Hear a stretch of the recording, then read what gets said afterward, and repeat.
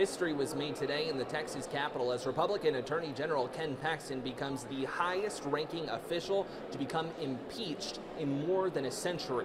He now faces a possible expulsion from office following a trial in the Senate, and under the Texas Constitution, he's now suspended from his job as the state's top law enforcement officer until then.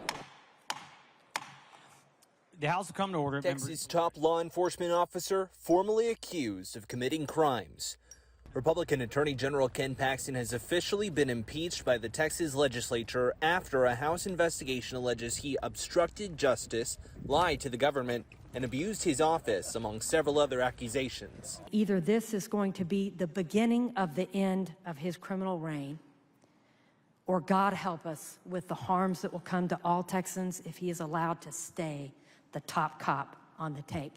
Now, by a sweeping bipartisan vote, 121 to 23, the Republican-controlled House voted to impeach Paxton. Members, we took an oath to preserve, protect, and defend the Constitution and laws of the United States and of this state. So help us God. That's the same oath that Mr. Paxton took as Attorney General. Please excuse Dr. Oliverson because important business. Still, the vote was technically led by Democrats, with 60 Republicans voting to impeach alongside 61 Democrats. Should the Speaker voting aye? That included a rare vote from the House Speaker himself, Dave Phelan, who usually does not vote.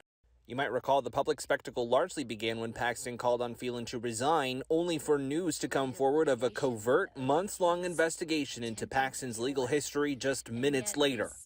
Paxton has repeatedly denied the claims made by the House investigation, and minutes after the impeachment vote continued his claims, writing in part, "The ugly spectacle in the Texas House today confirmed the outrageous impeachment plot against me was never meant to be fair or just." In the hours and even minutes leading up to the historic House vote, some top Republicans came to Paxton's defense, including U.S. Senator Ted Cruz and former President Donald Trump. But now, under the Texas Constitution, Paxton is suspended from his job as he faces a trial in the Senate, even his Wikipedia page noting the update. He faces even more allegations from the House. Several members of this House, while on the floor of this House doing the state business, received telephone calls from General Paxton personally, threatening them with political consequences in their next election. Another accusation against Paxton, who now pleads his case to the Texas Senate. The proportions between Republicans and Democrats are pretty much the same in the Senate as they are in the House.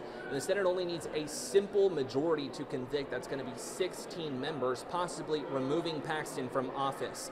From inside the Texas State Capitol, Michael Atkinson, CBS Austin News.